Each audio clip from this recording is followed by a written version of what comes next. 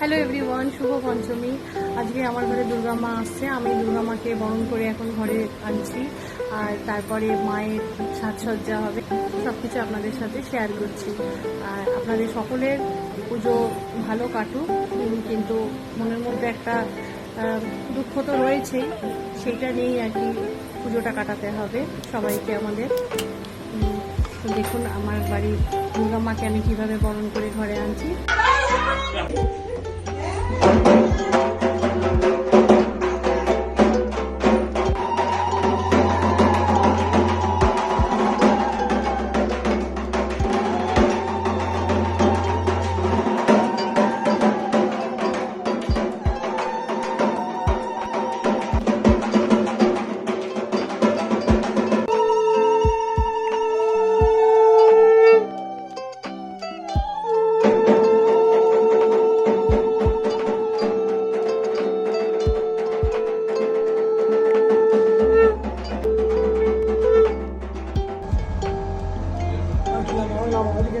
চুপ চুপ